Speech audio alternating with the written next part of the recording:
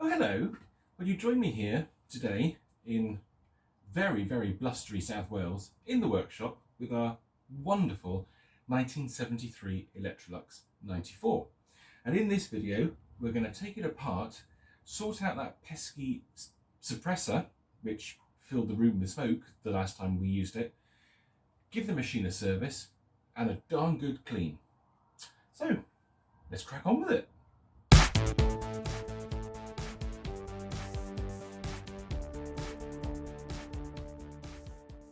Well, the first thing we need to do is to get inside of our 94. And this is very, very easy on these. Let's just get this cable out of the way first.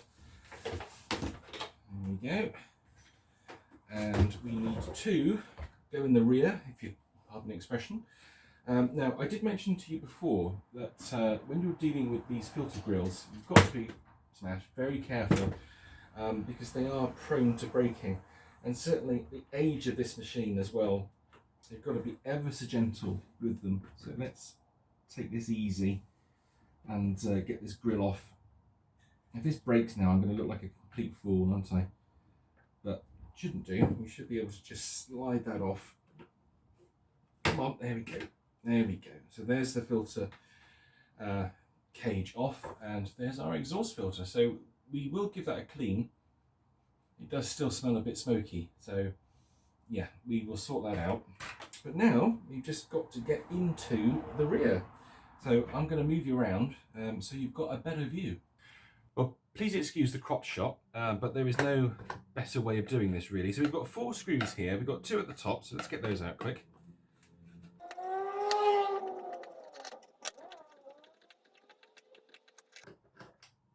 You do need quite strong thighs for this job because I'm having to grip the machine with my with my thighs. So it's very lucky I spend all that time down the gym, isn't it?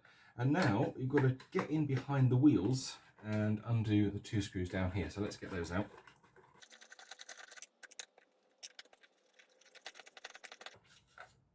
So with those undone, we can now crack the rear end of the machine off. And it should come away relatively easily. Now, unfortunately, you're not granted much slack here. So let's take the cover off the motor. We can see that it is the classic Electrolux unit. I thought maybe this would be the 8-spring type, but no, it's this normal type of Lux motor. I wonder if 94 was actually one of the first machines to get this.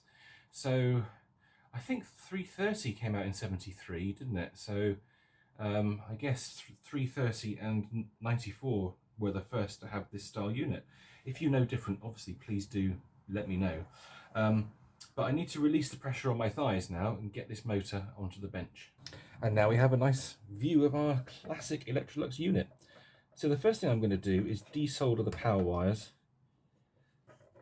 that go onto the little board here. So the soldering iron should be at temperature, and it should be relatively easy to desolder these wires, he says. Kind of depends. Oh, there we go. Yeah. It's quite easy on this one. Some lovely leaded solder. It smells amazing. It's so much better than the modern crap that we get these days. The modern solders can be utterly terrible. Right, now we can get rid of this back piece. So let's get that out of the way. Got to be careful not to lose all the screws. And we can see there, yes, look at that. There we go. There's the problem. Let's turn that light off. Hopefully you can see that there, that the suppressor has blown apart. It's got a great big split in it here. So we need to get this off, don't we? Now let's think, what's the best way of doing this? I reckon if we use a really thin screwdriver, we can desolder these little wires that lead to the field coil.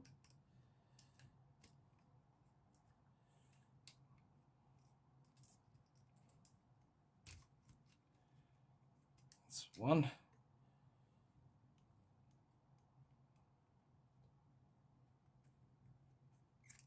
And that's 2. And now we can take the little breadboard off.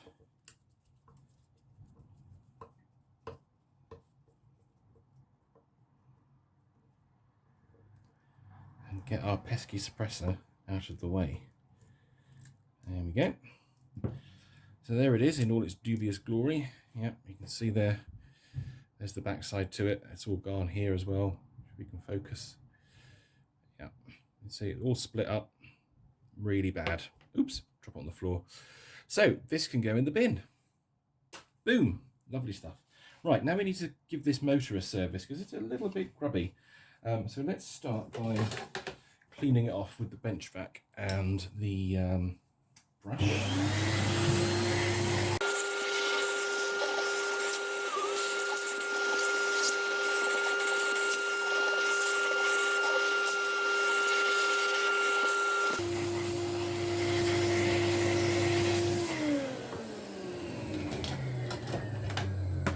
Judging by the amount of dust that's on this motor and on the exhaust filter, I would say the previous owners of this machine have always used it with paper bags. You can tell when they haven't, because, well, we saw in the machine as well that the cloth bag was in relatively good shape. It was surprisingly clean. You can tell when people haven't used paper bags because the motors are utterly covered in dust, really like stuck on dust. This one is in remarkably good shape, and the bearings as well, even though they're a little bit tight, which you kind of would expect with age, they are remarkably good. So let's pop this unit open. Need another screwdriver. There we go. Let's pop this open.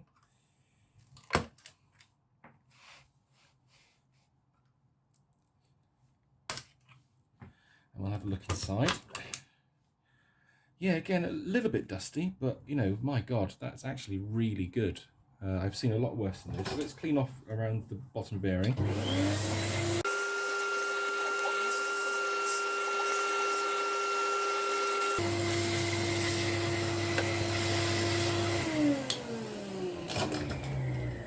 And now we can add some oil. So let's lubricate the bottom bearing. Let's give it a few drops. Don't want to go too mad. It is very, very dry. It's very dry. Let's work that in.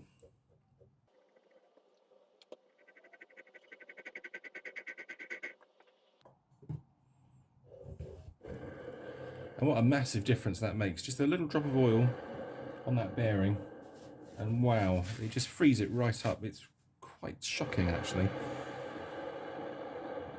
Look at that, from hardly moving at all to being that free is really good. The commutator's in really good shape as well. I can see that this machine has had some use. The commutator is surprisingly worn. There's a ridge between the center of the segment and the top and bottom areas. I can feel it with my finger. I can see it, actually. So this has done some use, this particular cleaner. It's done well to be in such good shape, and I think that is down to the fact that the previous owners did use paper bags with it. Now let's lock these carbons off, and then we can get this motor back together. I'm going to be careful because I don't want to lose the brushes. There we go. Lock that. Oh no! Oh no! No! No! No! No! No! No! No! No! No! No! Ah! Come on! Lock in! Lock in! Lock in! Are you? No, still not locked. God, it's fighting me. Wow, that does not want to lock in. That's very unusual. Okay, let's try the other one. Oh, I wonder why. I think I know why. Yeah, I'm going to keep my finger in there. Now look, see these little lock tabs? See that one and that one? They're up. They're actually up, which is unusual. They're normally like down. And it's these little tabs that lock the brush when you push it in. So let's get that down. Oh, this is going to be quite difficult. Oh, flipping heck. Okay, I might have to think of something else here.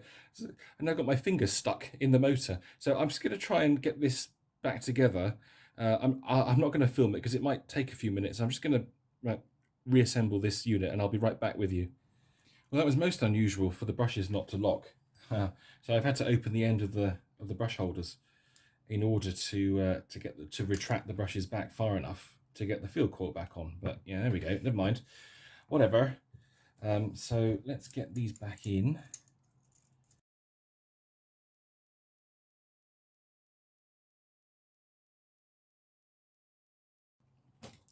That's the brushes locked back in place, and they are coming through and touching the com, so that's really good. And now we should be able to lock the field coil back in place. No, it's not going to let us do that. Thank you. I think I have to go for this side first.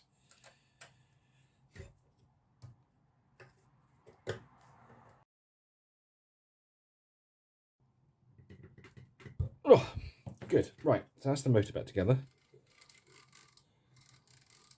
I think I've I've either reversed the field coil or I've turned the brushes upside down because it's a little bit clicky. But that will settle down. So what I'm going to do now is just create, if I've got some chop block, yeah, I'm going to create a terminal now, sort of in this area, so that the power in from the back of the cover, those wires can hook safely into the field wires or the motor wires. So I'm just going to do that, and then I shall be right back with you and I'll show you what I've done. So we now have our chop block held in place with a screw, and you can see the motor wires go into the chop block just around the back, and that means we can now connect the mains wires that come in from the rear into this chop block. So that should, in theory, give us a nice secure connection. As I say, in theory, that's what we're aiming for. So let's get these in.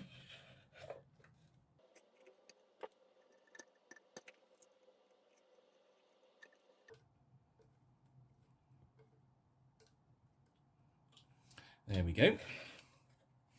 So that's in nicely. Now we can get the cowl in. Now there's a spring in the top. I'll show you down there. You see that spring down there? Hopefully that's going to stay where it is. It might fall out. They usually do, but we'll see how we go.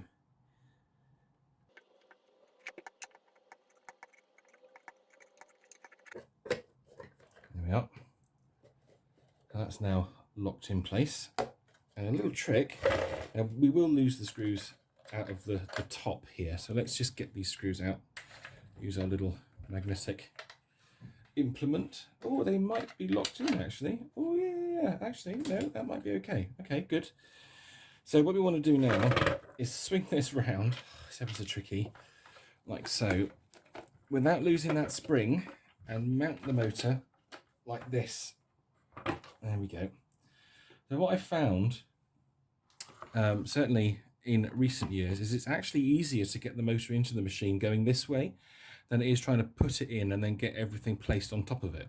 So just let me change things around a bit and we'll have a go at getting this unit back into the cleaner. Right, are you ready? This is where the screaming starts. This can be a little bit tricky, or it can work really well. It entirely depends on what the vacuum cleaner guards are doing today, if they're shining on us or not. So let's just get rid of the bag so we can see inside. And now I can basically just pop the body over the motor, and I can sort of guide it in with a finger. If I finger it a bit, like so, and just line it up, and then when I take a screwdriver, I can move the motor from within the body. And I can actually move it over to the point where the body should slide down over it. That's the theory. No, we're just off. Oh, that looks good. Yep, I think that is it actually.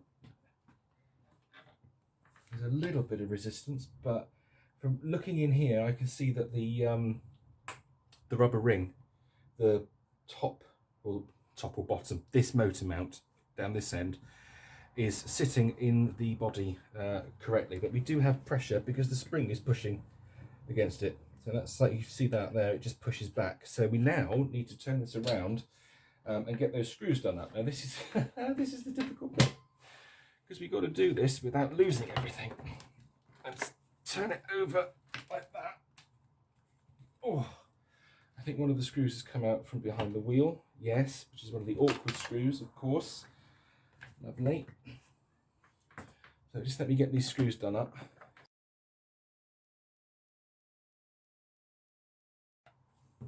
They're very long screws, and sorry, you didn't see any of that. I'm terribly sorry. Okay, let's get this one done up.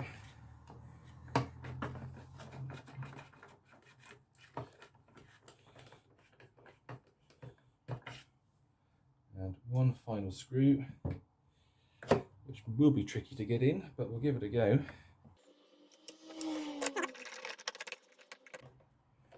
Right, that's the machine back together. So what we need to do now is turn it on and see if we've got any suction. Make sure that the motor's in the right place. I think it is, but yeah, let's check it out. Right guys, what do you reckon? Is this going to work? Here we go. Oh yeah.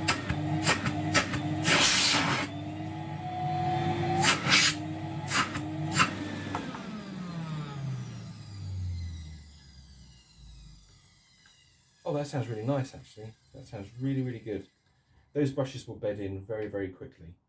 So that's great. I'll tell you what we'll do. We'll just give this filter a quick cycle.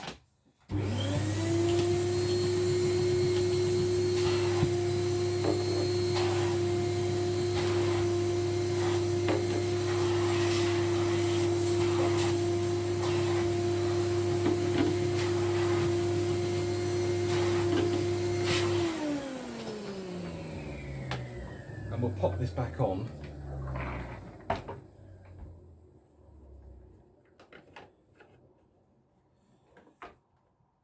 we go, let's get that back in.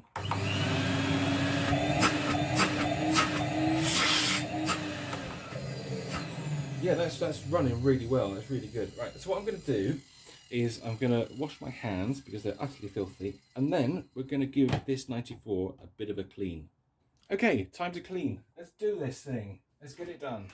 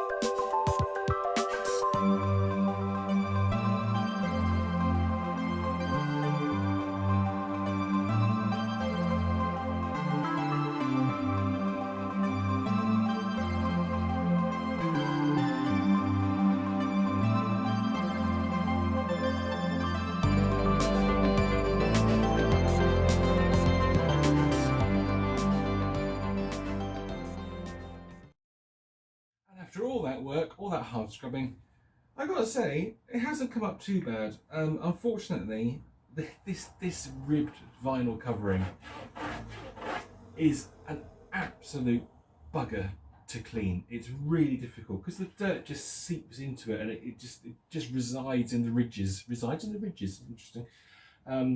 So yeah, very difficult to clean, and unfortunately there are paint spatters here, but they're very, very fine paint spatters. I wonder if somebody used this as like a DIY cleaner when they were, yeah, when this was changed from the main vacuum, and they would have bought a newer machine. I wonder if they bought a 355. Oh, you imagine that, buying this in 73 and then in 82. Oh, we need a new vacuum cleaner. Well, look at this beautiful Electrolux. Oh, I love the red. Look at the traffic lights. Get rid of that old one. Oh, that's boring. It's rubbish. Into the garage, DIY, use for the car. I do have a theory about that, because yeah, the paint, yeah, it's sort of all over it really. But as I say, it's very fine. It's not like big splodges. It's very, very fine paint spatters. But do you know what? For now, that'll do. And it's a working, good condition 94. So I'm very, very pleased with it. I did think as well I might give it a go. Not now. Maybe later on this year. But I wonder if I could paint these hubcaps, because the hubcaps are going a bit rusty. And I think you can probably remove them from the wheel if you're very careful. You don't want to break the rubber, you see, you don't want to break the tyre. And then you could pop those hubcaps out, rub them down and spray them silver. That would look quite nice, I think. But apart from that, I mean, yeah, it's a perfectly serviceable 94 and I'm very glad to have it. So all that's left now really is to see it in action. We will leave that for a future video. This one will be over long if we go and try and use it now. So yeah, there we go. Thank you ever so much for watching. Hope you enjoyed that video. Don't forget to do the usual commenting, subscribing and liking. And I'll see you guys soon. You take care. Bye.